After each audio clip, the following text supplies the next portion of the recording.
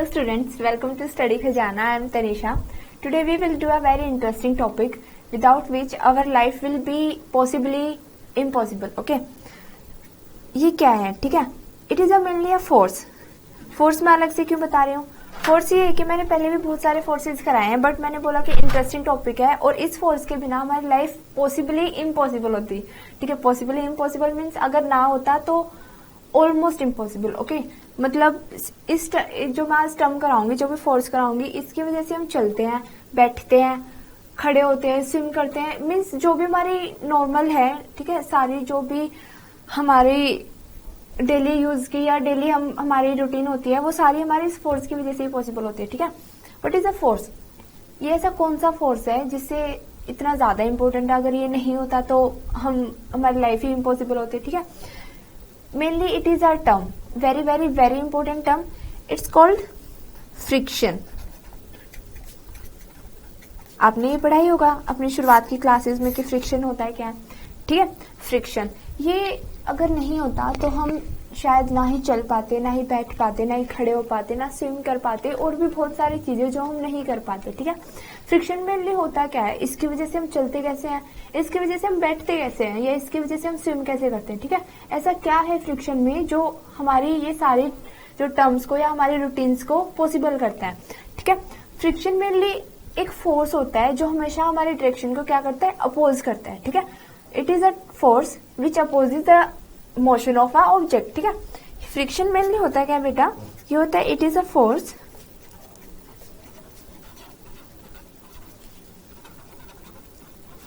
Which opposes the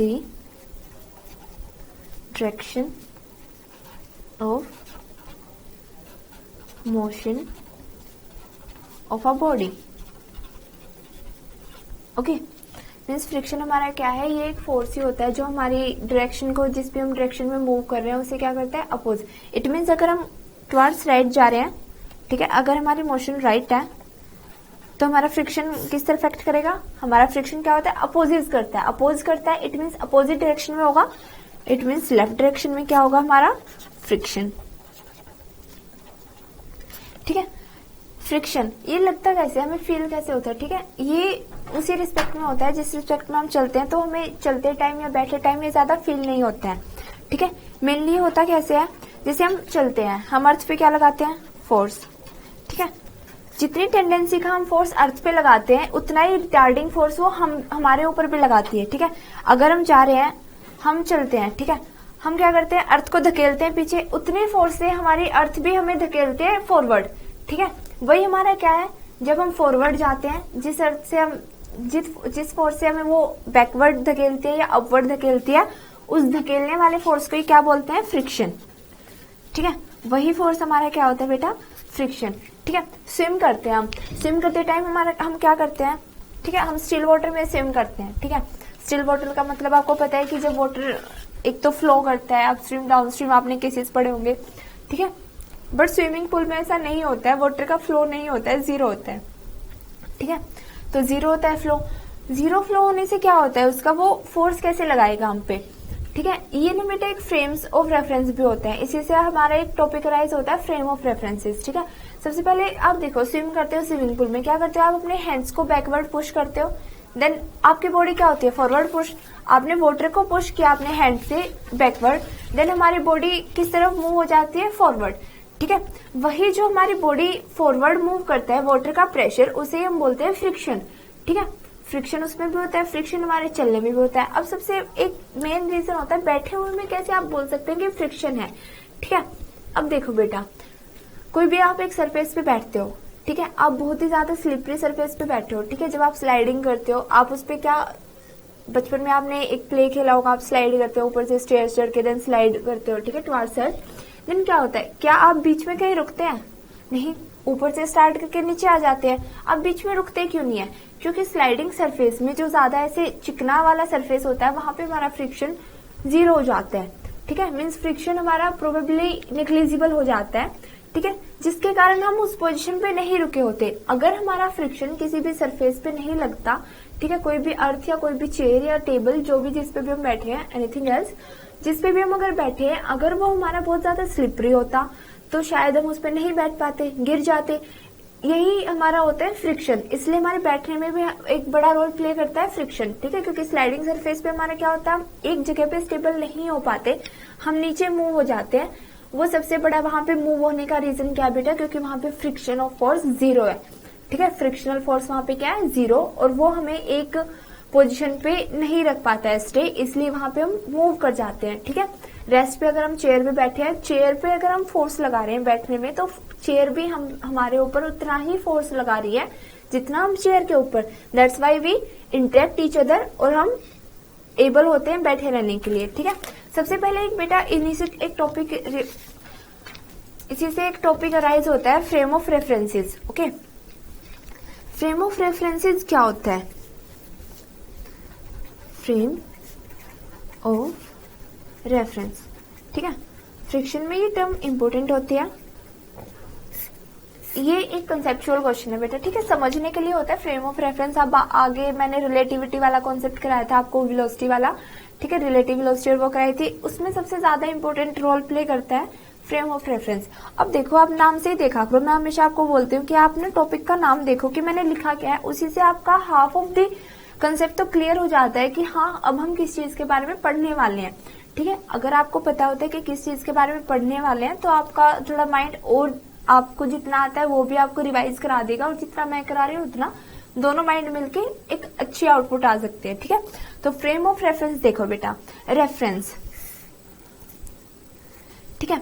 reference का मतलब क्या होता है? रेफरेंस देखो, रेफरेंस हम कुछ भी बोल सकते हैं कि ये मतलब आप कहीं जाते हो, कहीं आप जॉब करने गए, आपको किसी ने भेजा, ठीक है, तो आप वहां पे क्या बोलते हो, हम पर्टिकुलर सर का नाम लेके आप बोलते हो कि हमें इस सर ने भेजा है यहाँ पे, ठीक है। तो आप वो क्या हो जाता है, उस टीचर की रेफरेंस हुई, ठीक है। इट मीन्स आपकी रिलेटिविटी हुई उस टीचर के साथ, ठीक है। अब देखो दूसरा टॉपिक आप देखते हैं। अब देखते हैं कि मैंने फर्स्ट ही आप अपने चैप्टर में कराया था, मैंने आपको बोला था कि मैं आगे कराऊंगी, मैंने आपको बोला था कि 15 है, मतलब 50 है, तो आप समझे कि मैं 50 क्या बोल रही हूँ, नहीं। अगर मैं बोलूँ 50 kg, ठीक है, 50 kg मैंने बोला तो आप समझ गए कि it will be a weight, ठीक है। अगर मैंने बोला 50 kg है तो आप समझ गए कि ये वेट है। अगर मैंने खाली 50 बोला था तो आप नहीं समझे थे, वहां पे मैंने 167 बोला, आप नहीं समझे थे, बट मैंने बोला 160 centimetre, then it will be a length. तो आपको यहां से कैसे पता लगा कि 50 kg वेट है और 167 सेंटीमीटर लेंथ है, ठीक है। अब 50 और मैं 167 लिखूं तो आप इनको क्या बोलेंगे, it is a constant number, ठीक है। बट यहाँ पे सेंटीमीटर लगाने से और केजी लगाने से ये क्या हो गए, वेट और लेंथ, ठीक है। ये वेट और लेंथ क्या हुए, क्यों हुए? ये केजी और सेंटीमीटर लगाने का मतलब क्या है? ये केजी और सेंटीमीटर लगाने का मतलब ही एक्चुअल में रेफरेंस होता है, ठीक है। इट मीन्स अगर हम देखते हैं केजी और सेंटीमीटर ही यहाँ पर रेफरेंस है, ठीक है। इट मीन्स हम 50 बता रहे हैं, अगर हम अपनी 50 यूनिट कुछ भी बता रहे हैं तो 50 यूनिट क्या है, अगर मैं उसे किलोग्राम के साथ रिलेट करती हूँ तो ये क्या हो जाता है, वेट। इट मीन्स रेफरेंस क्या होता है, किसी भी चीज को रिलेट करके उस चीज की एक पर्टिकुलर वैल्यू दे देना, ठीक है। रेफरेंस हमारा यही होता है, ठीक है। रेफरेंस आप समझे। Frame of reference, frame of reference ये होता है बेटा कि फ्रेम ऑफ रेफरेंस किसी भी एक सिस्टम को विद रिस्पेक्ट टू किसी अलग सिस्टम के लेते हैं, ठीक है।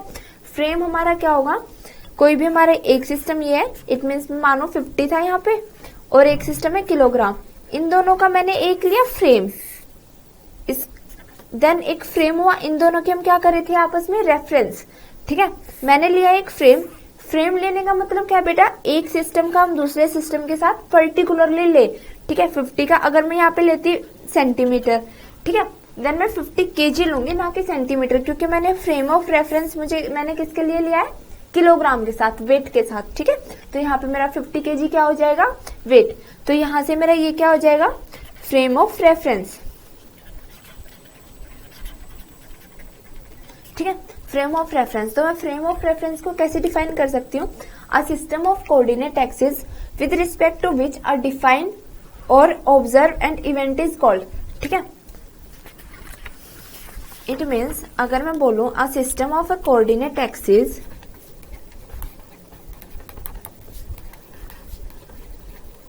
Coordinate axis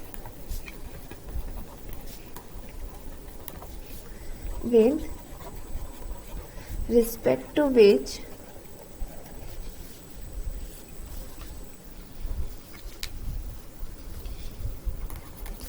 we define or observe and event is called frame of reference। मतलब एक कोई भी हम सिस्टम लेते हैं कोऑर्डिनेट एक्सिस का, जैसे मैंने लिया था सिस्टम, मैंने क्या लिया था, किलोग्राम लिया या सेंटीमीटर लिया या मीटर लेती हूँ या ग्राम लेती हूँ, ठीक है। कोई भी एक सिस्टम लो coordinate axis with respect to which अगर मैंने कोई 50 लिया, 167 सेंटीमीटर लिया, कोई भी एक कॉन्स्टेंट वैल्यू को मैंने जिसके साथ रिस्पेक्ट किया किसी भी एक कोऑर्डिनेट एक्सिस वाले सिस्टम के साथ। कोऑर्डिनेट एक्सिस वाले सिस्टम का आप मतलब समझ गए कि सेंटीमीटर, किलोग्राम या मैं कोई भी एक यूनिट वाला सिस्टम लेती हूँ, ठीक है। तो वो क्या हो जाएगा, system of coordinate axis with respect to which we define, ठीक है, और observe an event is called frame of reference, ठीक है। आप समझ गए ये कि 50 और 167 को मैंने अगर किसी भी एक कोऑर्डिनेट एक्सिस के साथ मैंने लिया, ठीक है, मैंने 50 और 167 सेंटीमीटर को कोई भी एक पर्टिकुलर सिस्टम के साथ लिया रेफरेंस में, तो मेरा वो सिस्टम क्या हो गया, मैंने उस पर्टिकुलर कोई भी यूनिट थी उसको मैंने डिफाइन कर दिया। सिंपली 167 से आप नहीं समझे थे, बट मैंने जब सेंटीमीटर वाला कॉन्सेप्ट या सेंटीमीटर वाला रेफरेंस उसके साथ लिया तो आप समझ गए it will be a length. Okay, got it my point. तो ये क्या होता है, फ्रेम ऑफ रेफरेंस। ये क्या होता है बेटा, 2 types of frame of reference होते हैं, 2 types. The first one is inertial frame of reference, the second one is non-inertial frame of reference।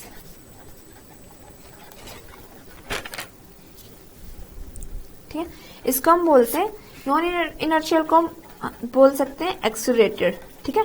अगर आपको बोलता है कि एग्जामिनर की एक्सेलरेटेड फ्रेम ऑफ रेफरेंस आप बताइए, तो आप कंफ्यूज मत होना, उसमें वो mainly non inertial frame of reference पूछता है, ठीक है।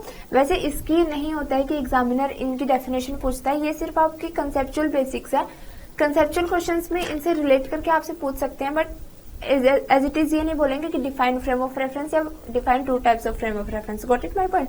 But you have to learn and you have to read, ठीक है, and you have to understand this. It is a very important concept, आपको ये समझना ही होगा, ठीक है। You have to understand this. तो आप इनर्शियल फ्रेम ऑफ रेफरेंस को कैसे डिफाइन करेंगे, इनर्शियल फ्रेम ऑफ रेफरेंस, ठीक है।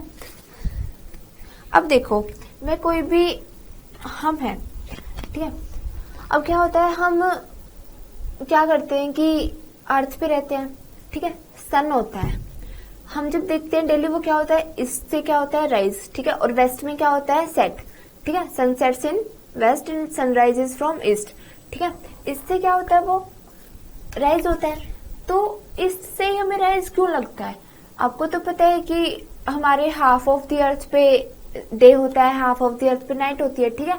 हमारा 12 आवर्स का टाइम डिफरेंस होता है, ये आपने ज्योग्राफी में पढ़ा, अपनी अर्लियर क्लासेस में 6 to 10 तक आपने पढ़ा होगा। ये होता कैसे है, ठीक है।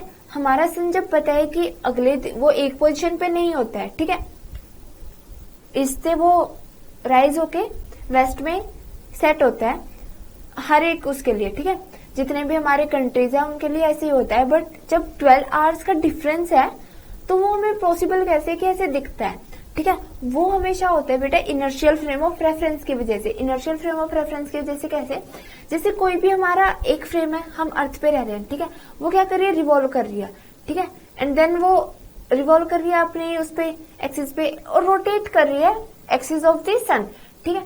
तो जिस एक्सिस ऑफ सन के साथ वो यूनिफॉर्म स्पीड के साथ रोटेट कर रही है, तो हमारा सन भी क्या कर रहा है, रोटेट, ठीक है।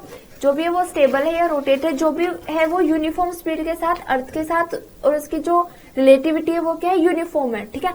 क्योंकि हमारा डेज कितने 24 आवर्स का होता है एंड हमारा ईयर क्या होता है 365। ये क्या हुआ, एक यूनिफॉर्म स्पीड और यूनिफॉर्म टाइम हुआ, ठीक है। जब हमारे एक कॉन्स्टेंट स्पीड होती है किसी भी एक पोजीशन पे, अगर आज 25 मई है, ठीक है, आज मानो कि कितनी डेट है, आज 21 मई है, तो अगले साल जो 21 मई आएगी दोनों का टाइम डिफरेंस कितना होगा, 365 डेज, ठीक है। और उससे अगर मैं 2020 की 21 मई लूं तो वहां पे भी मेरा टाइम डिफरेंस क्या होगा 365 डेज, ठीक है। 19 और 20 के बीच में भी 365 डेज का हो जाएगा। और अगर मैं 2021 के लूँ तो 20 और 21 के लिए बीच में भी 365 डेज, तो ये क्या हो जाएगा, एक इंटरवल क्या हुआ, यूनिफॉर्म, मोशन भी क्या हुआ, यूनिफॉर्म, ठीक है। तो इसलिए ये क्या हो जाएगा बेटा, inertial frame of reference. It means मैं इसे कैसे डिफाइन कर सकती हूँ, a frame of reference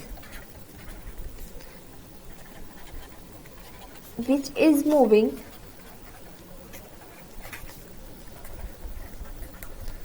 with a constant speed or uniform motion or is at rest is called inertial frame of reference. Okay अगर हमारा कोई भी फ्रेम ऑफ रेफरेंस जो मूव कर रहा है किसी कांस्टेंट स्पीड से या यूनिफॉर्म मोशन से या फिर वो रेस्ट पे है, तो हम उसे किसे डिफाइन करेंगे, इनर्शियल फ्रेम ऑफ रेफरेंस से, ठीक है। ये आपका पॉइंट क्लियर हुआ। अब सेकंड पॉइंट पे आते हैं। सेकंड पॉइंट होता है हमारा non inertial frame of reference. Okay, the second one is non inertial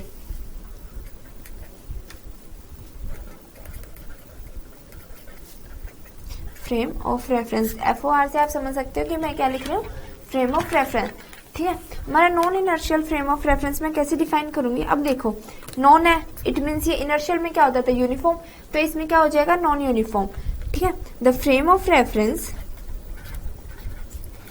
which is moving with non uniform speed और which is accelerated form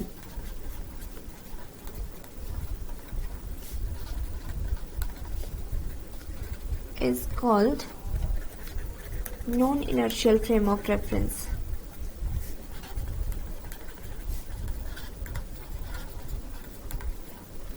okay देखो अभी एक्सेलरेटेड फॉर्म कैसे होती है। एक्सेलरेशन बेटा मैंने आपको पहले ही बताया, एक्सेलरेशन होता क्या है, चेंज इन वेलोसिटी, ठीक है। अब यहाँ पे क्या होता है, non uniform speed, it means क्या है कि कुछ स्पीड में क्या हो रहा है, चेंज, और चेंज इन हमारा स्पीड या चेंज इन स्पीड हमारा क्या होता है, एक्सेलरेशन, ठीक है। मेनली चेंज इन वेलोसिटी तो हमारा एक्सेलरेशन था और स्पीड और वेलोसिटी हमारी सेम ही होती है, ठीक है। वो डिस्प्लेसमेंट और डिस्टेंस का डिफर होता है but it will be a same quantity, change in distance will be speed और वेलोसिटी, ठीक है। तो अगर हमारी स्पीड ही यूनिफॉर्म नहीं है, इट मीन्स इसमें चेंज हो रहा है टाइम के साथ, ठीक है, कोई भी आपकी टर्म्स चेंज हो रही है, तो वो क्या हो जाएगा, एक्सेलरेशन की वैल्यू आएगी, ठीक है। एक्सेलरेशन की वैल्यू आ जाएगी dv/dt, ठीक है। अगर यहाँ पे dv/dt कांस्टेंट नहीं है, कांस्टेंट होते ही वो क्या हो जाएगा, inertial frame of reference. It is not equal to constant then it will be accelerated, ठीक है। इसलिए हम non inertial frame of reference को क्या बोलते हैं, एक्सेलरेटेड फ्रेम ऑफ रेफरेंस भी बोलते हैं, ठीक है। ये हमारा फ्रेम ऑफ रेफरेंस का कॉन्सेप्ट था। इसके बाद हम अपने उसी इंटरेस्टिंग टॉपिक पे आते हैं जिसके लिए आज हम पूरा कंसेप्ट पढ़ेंगे। वो मैंने क्या बताया था, फ्रिक्शन, ठीक है। मैंने आपको बता दिया था कि it is a force which opposes a motion, ठीक है, अपोज करता है मोशन को। अगर ये जा रहे कोई भी, यहाँ पे एक बॉडी है, ठीक है, ये कोई भी एक कार है, ठीक है, अगर ये जा रही है आपके स्कूल की तरफ, यहाँ पे एक school,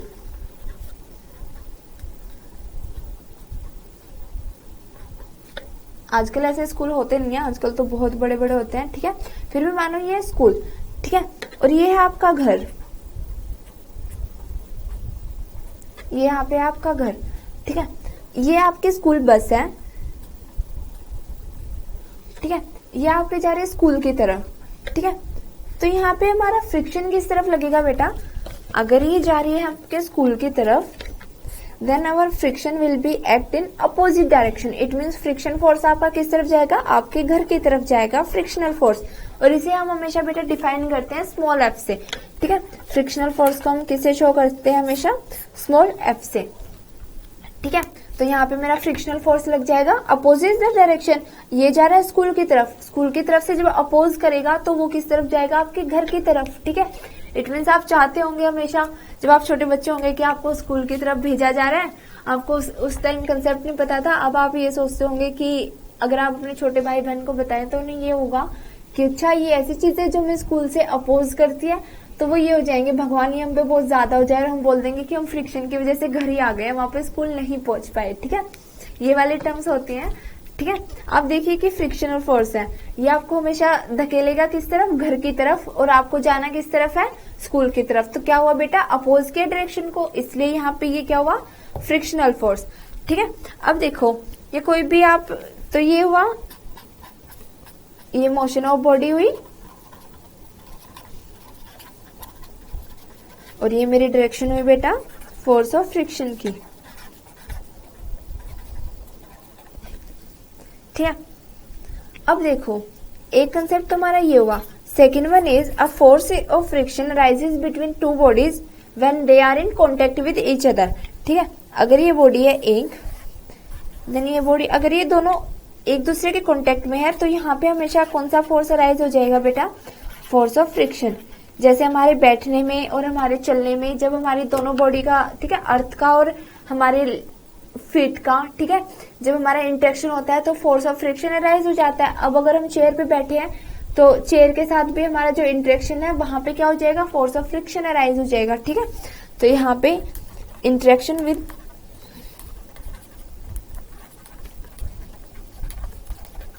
other body arises the force of friction। ठीक है, ये हमारा मेनली कंसेप्ट होता है फ्रिक्शन का। अब इसके बाद क्या होता है बेटा कि टाइप्स ऑफ फ्रिक्शंस भी होते हैं। टाइप ऑफ फ्रिक्शंस में हमारे मेनली 3 फ्रिक्शंस होते हैं। The first one is static friction, the second one is limiting friction and the third one is dynamic friction. ठीक है, अब सबसे पहले देखो स्टैटिक फ्रिक्शन के आपने पहले ही कंसेप्ट पढ़े हैं। ठीक है, स्टैटिक से आप क्या समझ जाओगे कि स्टैटिक बोला है मैम ने, तो आपके दिमाग में सबसे पहले इमेज क्या बनती है, स्टेट। ठीक है, किसी एक पर्टिकुलर स्टेट पे, और स्टेट ऑफ क्या होती है, स्टेट ऑफ हमेशा क्या होती है, रेस्ट की। ठीक है, तो टाइप्स क्या होते हैं इसके, first one is static friction, second one is limiting friction,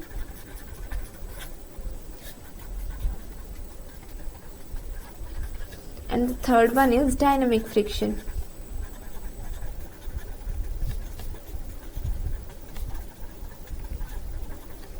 ठीक है, ये मेरे 3 टाइप्स ऑफ फ्रिक्शंस होते हैं।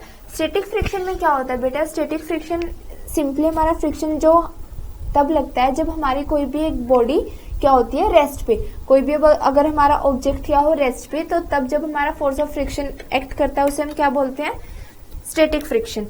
ठीक है, when body is at rest. ठीक है, लिमिटिंग फ्रिक्शन क्या होता है, लिमिटिंग फ्रिक्शन तब होता है बेटा जब एकदम से कोई भी आप बैठे हो, ठीक है, या कोई भी एक बस बैठी होती है।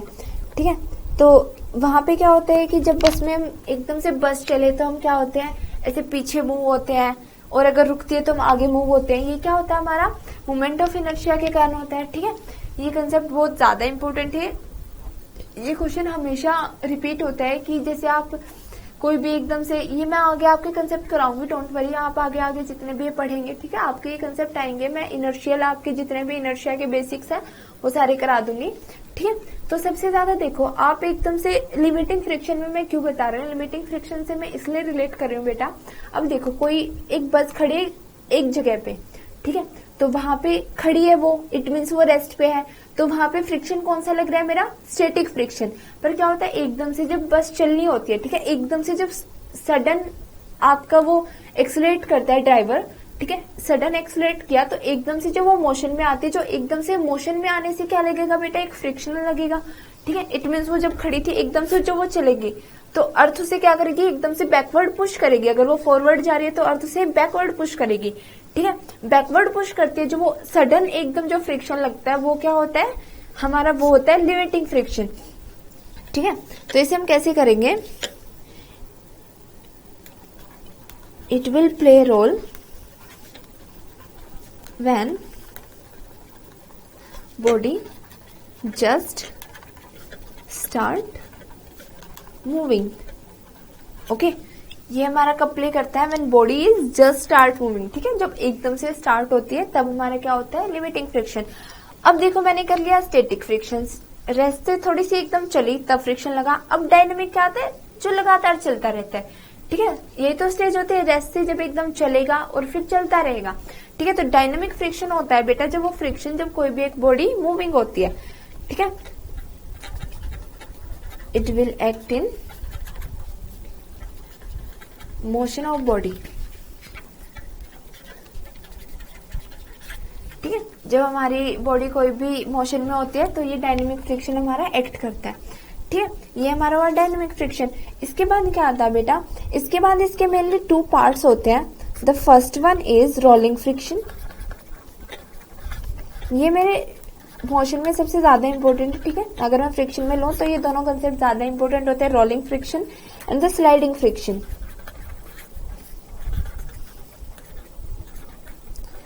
अब रोलिंग और स्लाइडिंग में फर्क क्या होता है। रोलिंग होता है बेटा अगर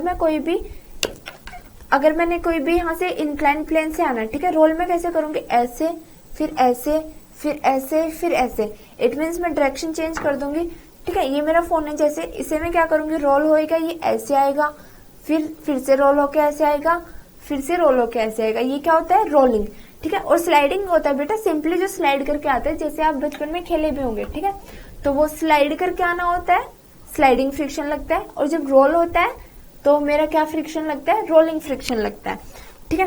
तो रोलिंग फ्रिक्शन व्हेन कब होता है, when body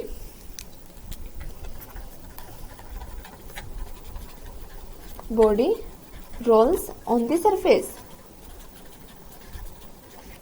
and this one will be when body slide on the surface, ठीक है। आप जैसे बेटा कोई भी आप पर्टिकुलर एग्जाम देते हैं ट्रिपली वगैरह का, तो उसमें एक आपसे एक्सप्रेशन पूछ लेता है कि सबसे ज्यादा फ्रिक्शन कौन सा होता है, ठीक है। एक कोई भी आपके असेंडिंग और डिसेंडिंग ऑर्डर में कई बार अरेंज करना पूछ लेता है।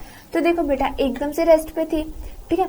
अब स्टैटिक फ्रिक्शन और डायनेमिक फ्रिक्शन में अगर कोई चल रहा है तो वो चलता ही जा रहा है, ठीक है, उसमें क्या अलग से कोई फ्रिक्शन नहीं लगेगा।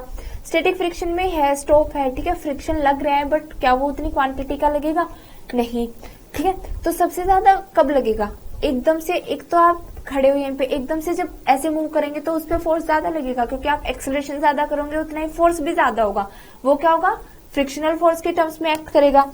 तो सबसे ज्यादा force of limiting greater than force of static greater than force of dynamic, ठीक है। ये होता है मेरा डिसेंडिंग ऑर्डर, ठीक है। सबसे ज्यादा मेरा क्या है, फोर्स ऑफ लिमिटिंग, ठीक है, लिमिटिंग फ्रिक्शन। ये मेरा क्या है, स्टैटिक फ्रिक्शन, और ये क्या है मेरा, डायनेमिक फ्रिक्शन। और डायनेमिक फ्रिक्शन में 2 टर्म्स होते हैं बेटा, रोलिंग और स्लाइडिंग, ठीक है। तो अगर मैं इनके साथ भी इसे अगर एक्सप्रेशन बनाती हूँ तो वो क्या बनेगा, F L greater than F S greater than F S L.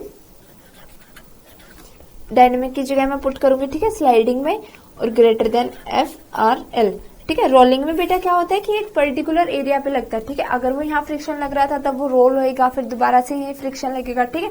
Sliding में जो लग रहा है वो लगता ही रहा है एक कंटिन्यूटी के साथ, इसलिए हमारा स्लाइडिंग जो फ्रिक्शन होता है वो रोलिंग फ्रिक्शन से ज्यादा होता है, ठीक है। ये थे मेरे टर्म्स। इसमें ये वाला कंसेप्ट बेटा इंपॉर्टेंट है, ठीक है। आपके किसी भी कॉम्पिटिटिव एग्जाम्स में 1 मार्क के लिए ये आपसे पूछ सकता है, ठीक है। जैसे आप नीट का डालते हो एग्जाम, या कोई भी आप ट्रिपली के लिए करते हो, पीएमटी के लिए करते हो, तो उसमें ऐसे ही कंसेप्चुअल क्वेश्चन पूछे जाते हैं, ठीक है। एनसीईआरटी से आपके न्यूमेरिकल नहीं सॉल्व कराएंगे कि बड़े बड़े न्यूमेरिकल सॉल्व करा रखे हैं, तो आपके ऐसे ऐसे क्वेश्चन पूछे जाते हैं जिनसे आपके कंसेप्ट क्लियर हो, ठीक है। तो इसके बाद बेटा ये था हमारा मेनली ऑर्डर, मैंने आपको ऑर्डर भी बता दिया। अब आता है लॉ ऑफ फ्रिक्शन। ये बेटा इंपॉर्टेंट होता है, कई बार बोर्ड एग्जाम्स में आपसे 2 मार्क्स में ये एग्जामिनर पूछ लेता है। तो लॉ ऑफ फ्रिक्शन क्या होता है, ठीक है। तो लॉ क्या है बेटा, इसके हमारे मेनली 3 या 4 टर्म्स में, लाइंस में हम इसे डिफाइन करते हैं। The first one is the force of friction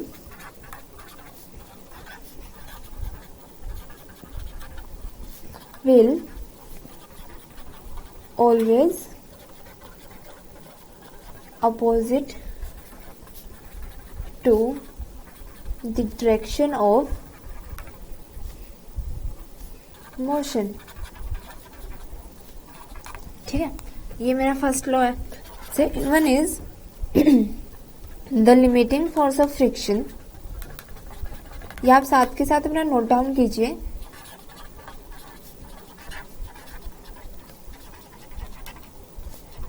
is directly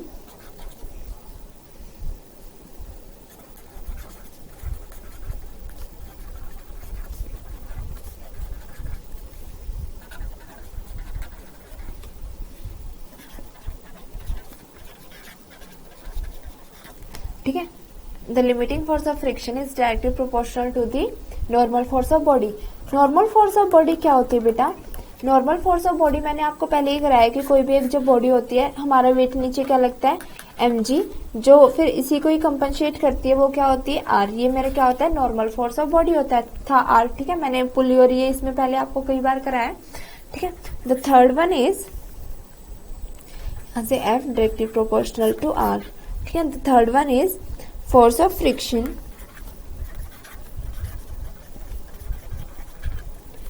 is independent on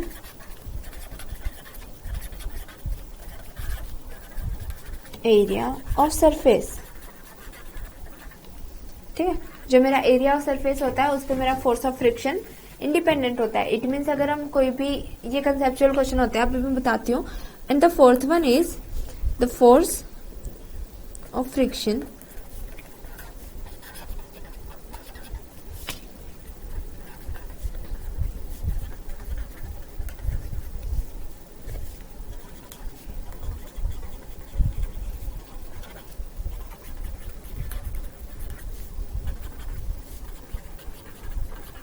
ठीक है। The force of friction is depends on nature of force in contact. ठीक है, फोर्स ऑफ फ्रिक्शन इंडिपेंडेंट होता है एरिया पे, और जो नेचर होता है उसका उस पे करता है वो डिपेंड। ठीक है, तो आपसे इसमें से क्वेश्चन कैसे पूछेंगे? आप में से क्वेश्चन पूछेंगे। ठीक है, जो फर्स्ट लॉ है ये आपको पता है कि हमेशा अपोजिट डायरेक्शन में होता है। ठीक है, ये तो आपको पता है कि आपको बोल दे कि कोई बॉडी लेफ्ट जा रही है तो उसका फोर्स ऑफ फ्रिक्शन का कहाँ पे एक्ट करेगा? Towards right. ठीक है, राइट जा रही है तो किस तरफ एक्ट करेगा? Towards left. ठीक है, अब जो मेरे नीचे वाले दो लॉज हैं, ठीक है, जो एरिया और नेचर के साथ है, इसमें आपसे कैसे क्वेश्चन अराइज करेंगे? इसमें क्वेश्चन अराइज करेंगे आपसे कि अगर मानो कोई भी एक सरफेस था जिसका एरिया था 2 यूनिट स्क्वायर। ठीक है, अगर मैं उसे 4 यूनिट स्क्वायर कर देती हूँ तो मेरा फोर्स ऑफ फ्रिक्शन पे क्या फर्क पड़ेगा? ठीक है, तो एज वी नो ये आपके कंसेप्चुअल क्वेश्चन होते हैं। तो आपके ऑप्शंस आते हैं कि उसमें डबल हो जाएगा, एरिया 2 से 4 हुआ तो वो डबल हो जाएगा, हाफ हो जाएगा फोर्स ऑफ फ्रिक्शन, या थर्ड हो जाएगा कि मेरा नो इफेक्ट, और फोर्थ हो जाएगा नन ऑफ दिस। ठीक है, तो ऐसे ऑप्शंस आते हैं। तो हमें पता है एरिया पे वो क्या होता है? इंडिपेंडेंट। तो मेरा फोर्स ऑफ फ्रिक्शन यहाँ पे क्या हो जाएगा? No effect. ठीक है, अगर मैं बोलूँ कोई भी एक रफ सरफेस था, उससे मैंने क्या किया? एक स्लाइडिंग सरफेस बना दिया, तो उससे मेरा फोर्स ऑफ फ्रिक्शन पे क्या फर्क पड़ेगा? अब क्या बेटा, रफ सरफेस है वो अपोज क्या करेगा? ज्यादा। कोई भी एक स्लाइडिंग सरफेस है, स्लाइडिंग सरफेस पे आप क्या करते हैं? मूव करते रहते हैं। ठीक है, रुकते नहीं है, तो वहां पे फ्रिक्शन क्या होता है? कम। ठीक है, तो रफ से अगर मैंने स्लाइडिंग सरफेस किया तो मेरा फोर्स ऑफ फ्रिक्शन की वैल्यू क्या हो जाएगी? डिक्रीज। ठीक है, तो आप ऐसे हमारे जो नेचर होता है सरफेस का जिसके साथ हमारा कॉन्टेक्ट होता है उस पर हमारा कैसे डिपेंड करता है वो आप समझ गए। ठीक है, अगर ज्यादा रफ होगा तो ज्यादा फोर्स ऑफ फ्रिक्शन होगा, अगर ज्यादा स्लाइडिंग है, ज्यादा ऑयली होगा तो उस पर हमारा फोर्स ऑफ फ्रिक्शन क्या होगा? बहुत ही कम एक्ट करेगा। ठीक है, तो यहाँ से एक हमारी इंपॉर्टेंट टर्म होती है, यहाँ से हम करते हैं coefficient of static friction, the coefficient of dynamic friction. अब आप देखो, force is directly proportional to, मैंने आर बोला। स्टैटिक फ्रिक्शन में अगर मैं इसे किसी भी कांस्टेंट से इक्वल करती हूँ तो म्यू एस आर, यहाँ पे म्यू एस होता है बेटा कोफिशिएंट ऑफ स्टैटिक फ्रिक्शन। ठीक है, तो यहाँ से मेरा कोफिशिएंट ऑफ स्टैटिक फ्रिक्शन क्या आ जाएगा? F upon R. ठीक है, सिमिलरली अगर मैं डायनेमिक के लिए निकालती हूँ F directly proportional to R. ठीक है, तो यहाँ से F is equals to mu D R, then mu D will be coefficient of मेरा डायनेमिक फ्रिक्शन का क्या हो जाएगा? Mu D will be F upon R. ठीक है, ये मेरा क्या हो जाएगा? Dynamic friction. ठीक है, तो ये मेरा स्टैटिक और डायनेमिक के लिए होता है, ये आगे टर्म्स में यूज होगा इसलिए मैंने आपको बताया। इसके बाद एक होता है बेटा कि सबसे एक ना कभी कभी पूछ लेता है, ठीक है, कि प्रूव करो कि फ्रिक्शन इज नेसेसरी एविल।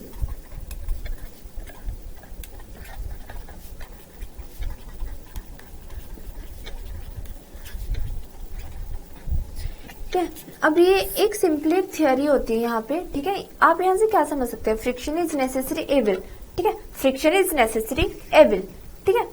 अब नेसेसरी का आपका मतलब क्या होता है कि बहुत ज्यादा जरूरी है, एविल का क्या है कि इसमें एविल में कि डिसएडवांटेज भी है, ठीक है। तो फ्रिक्शन क्या है, एक नेसेसरी एविल है, एक है तो जो डिसएडवांटेज वाली टर्म है, बट वो क्या है, नेसेसरी है, ठीक है। मीन्स मुसीबत भी होती है जिससे, बट हमें क्या वो नेसेसरी है। नेसेसरी क्यों है बेटा, अब मैंने आपको बताया कि वो चलने में बैठने में हमारा हर जगह जो हमारी लाइफ को बहुत ही ज्यादा इजी बना देती है, वो क्या होता है, फ्रिक्शन होता है, ठीक है। चलना, हमारा बैठना, स्विम करना, ठीक है, ये हमारा किसकी वजह से होता है, फ्रिक्शन की वजह से। तो ये हमारे लिए नेसेसरी हद से ज्यादा है। एविल कैसे है बेटा, एविल देखो, इसमें क्या होता है कि हम जाते हैं, ठीक है, अगर हम कहीं भी मूव कर रहे हैं तो हमारी अर्थ हमें बैकवर्ड मूव करेगी, अगर हम फॉरवर्ड है या कोई भी एक सरफेस हमें बैकवर्ड मूव करेगा, ठीक है। जो वो अपोजिशन वाला जो फैक्टर होता है बेटा, उसकी वजह से a lot of heat of energy फिर रिड्यूस, ठीक है, मतलब वेस्ट हो जाती है, lot of heat of energy oppose करने में मोशन को, ठीक है।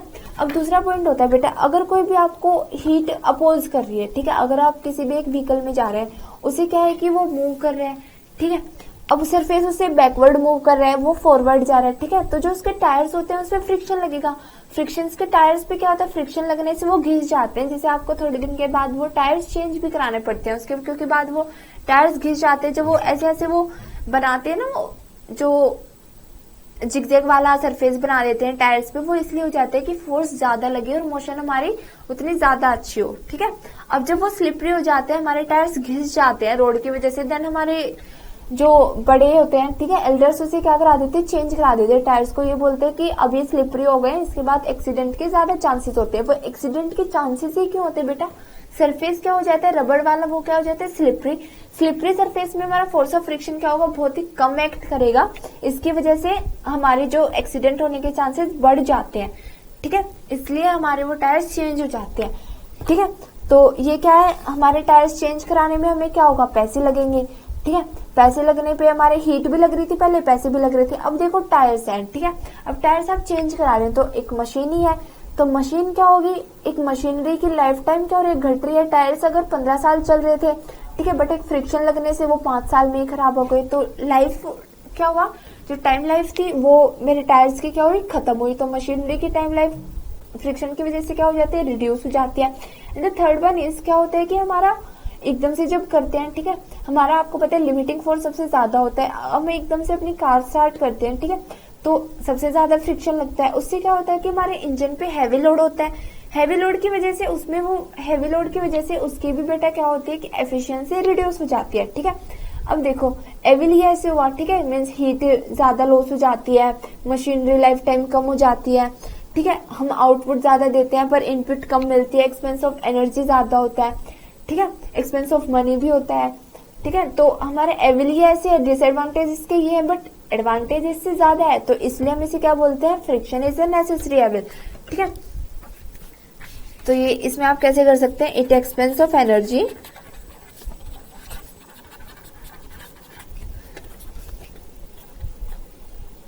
a lot of loss in heat, okay, a lot of loss in heat. And the fourth one is output will always less than input, ठीक है, हम जितनी ज्यादा देंगे उतनी कम होगी, ठीक है। अब फोर्स ज्यादा लगाए मूव कराने के लिए, बट एक फ्रिक्शनल फोर्स भी लगेगा, तो हमने फोर्स ज्यादा लगाया बट उसकी मोशन उतनी नहीं हुई, तो हमारी हमने इनपुट ज्यादा दी थी, फोर्स ज्यादा लगाया बट आउटपुट हमें उतनी नहीं मिली, तो आउटपुट क्या होती है, लेस देन वो होती है, ठीक है, तो reduce. And the fourth one is reduce the life time of machinery, ठीक है। And the fifth one is reduce efficiency of machinery.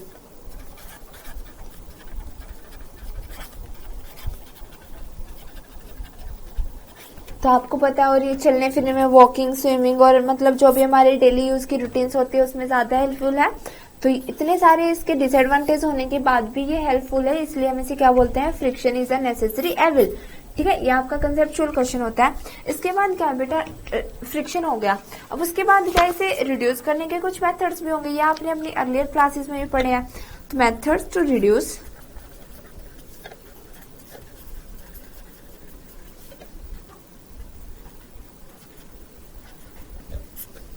Methods to reduce friction. ठीक है, अब इसे कैसे करेंगे बेटा, इसे हम करेंगे जैसे कोई भी आपका फ्रिक्शन लग रहा है, आपको पता है स्लाइडिंग फ्रिक्शन पे बहुत ही ज्यादा कम फ्रिक्शन लगता है स्लाइडिंग सरफेस पे। तो ठीक है, तो हम स्लाइड करने वाले सरफेस पे अगर हम पॉलिश कर देते हैं किसी भी सरफेस पे तो वो स्मूथ हो जाएगा। देन मैं फर्स्ट कैसे डिफाइन कर सकती हूँ, friction can be reduce by polishing the surface,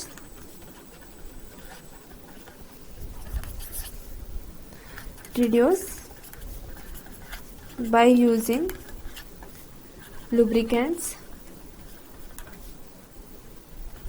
like oil and grease.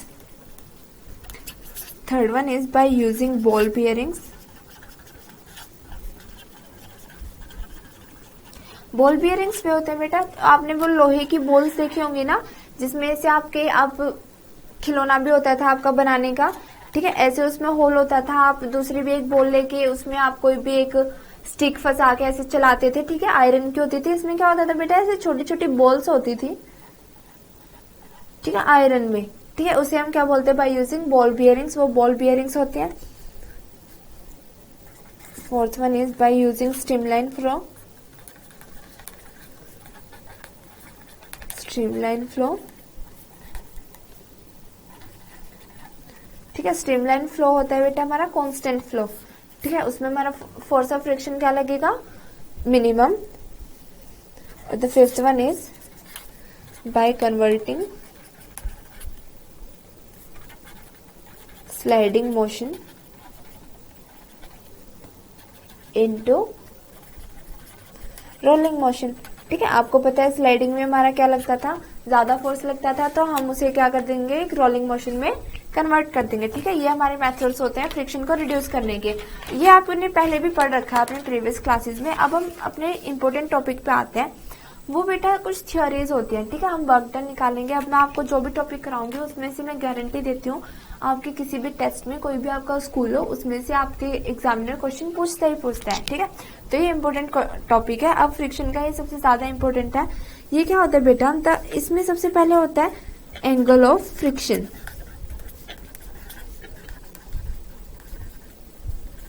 जैसे कि मैंने आपको पहले ही बताया, थ्योरी के साथ साथ फिजिक्स में हमारे क्या होते हैं, सबसे ज्यादा इंपॉर्टेंट होते हैं डायग्राम्स। ठीक है, तो यहाँ पे अगर कोई भी है, ठीक है, ये हमारा सरफेस है, यहाँ पे कोई भी एक बॉडी है। ठीक है, ये यहाँ पे है, तो इसका ये अगर इस तरफ मूव कर रही है तो मेरा फोर्स ऑफ फ्रिक्शन किस तरफ एक्ट करेगा, यहाँ। ठीक है, फोर्स मैंने यहाँ पे एक्ट किया। अब ये क्या होता था बेटा, वेट है इसका mg। ठीक है, कोई भी फिर जो मेरा नॉर्मल फोर्स का रिएक्शन होगी वो क्या होगी, r। ठीक है, तो ये क्या होता है, अगर ये मेरे कोई भी एक नॉर्मल रिएक्शन है r डैश। ठीक है, अगर मैं फोर्स इस तरफ इसे खींचती हूँ तो मेरा इस तरफ खींचेगा ये फोर्स की मेरी डायरेक्शन, फिर क्या हो जाएगी रिजल्टेंट की r डैश। तो यहाँ पे अगर मेरा पहले क्या था r, देन मेरा हुआ r थीटा, तो ये मेरा थीटा क्या होता है, एंगल ऑफ फ्रिक्शन। ठीक है, तो मैं इसे कैसे डिफाइन करूंगी, अब देखो,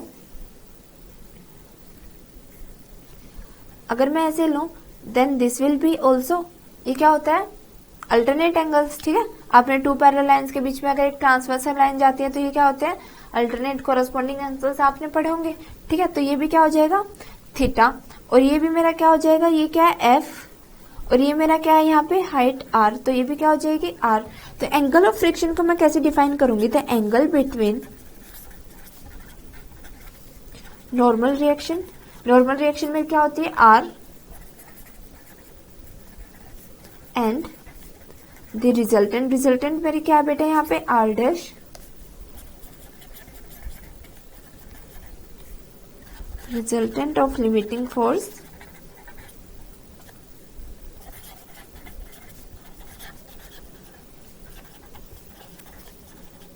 limiting force of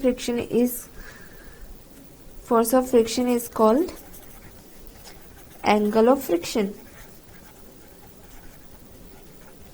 ठीक है, आपको पता है F by R, यहां से अगर मैं लू perpendicular upon base will be tangent theta. ठीक है, तो यहां से मुझे पता है F by R क्या होता है, म्यू के कोफिशिएंट होता है किसी भी एक फोर्स का, ठीक है। तो यहां से मैं अगर इसे करूं तो mu k will be tan theta and then theta will be tangent inverse mu k, ठीक है। तो ये मेरा क्या होता है, ये होता है मेरा angle of friction. Theta is equal to tangent inverse mu k और tan theta is equals to mu k, ठीक है। इसके बाद मेरा एक ऐसे ही एक एंगल होता है, वो होता है एंगल ऑफ रिपोज, ठीक है। अब मैं इसमें बताऊंगी कि क्या इंपॉर्टेंट है क्या नहीं आता है, तो उससे पहले आप करेंगे एक एंगल ऑफ रिपोज, ठीक है। तो एंगल ऑफ रिपोज क्या होता है बेटा, एंगल ऑफ रिपोज सिंपली होता है जब हमारी कोई भी एक इंक्लाइंड सरफेस पे हम बॉडी को लेते हैं, ठीक है। ये इंक्लाइंड सरफेस है, यहाँ पे हमारी बॉडी है, ठीक है। जो इसका हमारा परपेंडिकुलर होगा, जो मेरा फोर्स एक्ट करेगा टुवर्ड्स अर्थ, वो कैसे एक्ट करेगा, ऐसे वो हमेशा परपेंडिकुलर टू अर्थ होता है, इट विल बी mg। और जो मेरा नॉर्मल फोर्स होगा, यहाँ नॉर्मल फोर्स की रिएक्शन मेरी होगी r, ठीक है। नॉर्मल फोर्स क्या होता है, हमेशा सरफेस के परपेंडिकुलर होता है, और जो मेरा mg होता है वो क्या होता है, अर्थ के परपेंडिकुलर होता है फोर्स, ठीक है। तो यहाँ से मैं क्या करूं, अगर मैं इसे भी कुछ यहाँ पे करेगा, अगर मैं इसके कंपोनेंट लेती हूँ, ठीक है, ये अल्फा एंगल है, तो मेरे ये कंपोनेंट क्या हो जाएंगे, जो एंगल के साथ होता है वो मेरा होता है mg cos अल्फा, और यहाँ पे क्या हो जाएगा mg sin अल्फा, ठीक है। और फोर्स मेरा जा रहा है इस तरफ, अगर मैं इसे ऊपर की तरफ लेके जा रही हूँ, ठीक है। तो मेरा यहाँ से क्या हो जाएगा बेटा, इसे मैं एंगल ऑफ रिपोज को कैसे डिफाइन करूंगी, द मिनिमम एंगल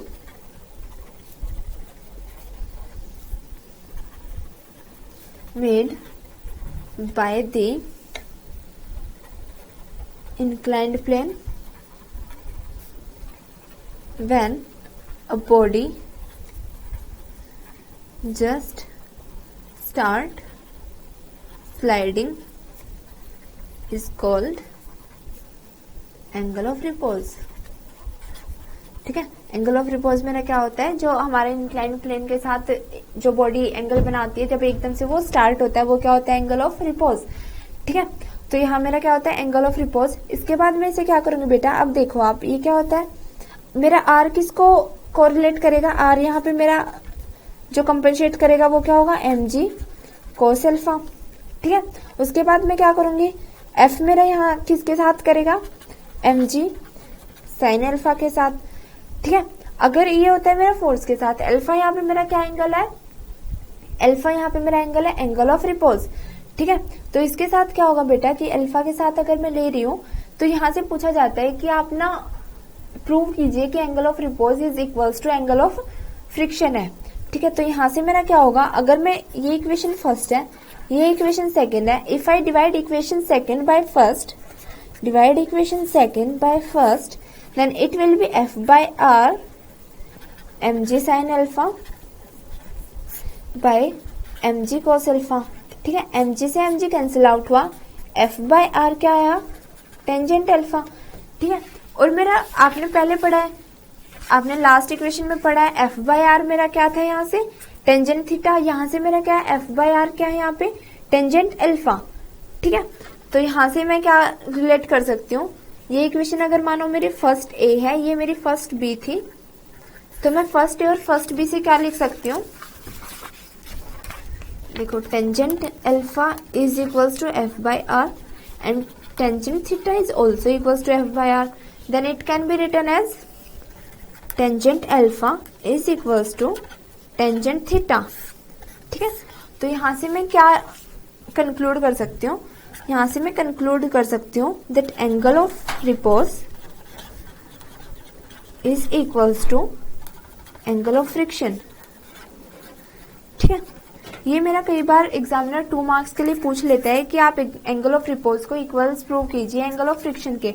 तो आप क्या करेंगे, आपको f बाय आर पता है कि टेंजेंट अल्फा है, और आपको पता है f by r is also tangent theta, tangent alpha is equal to tangent theta, then also alpha equals to theta, ठीक है। ये हमारा बेसिक कंसेप्ट था।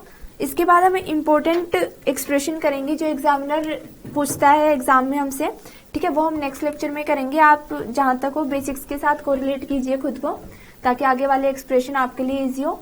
Thank you so much.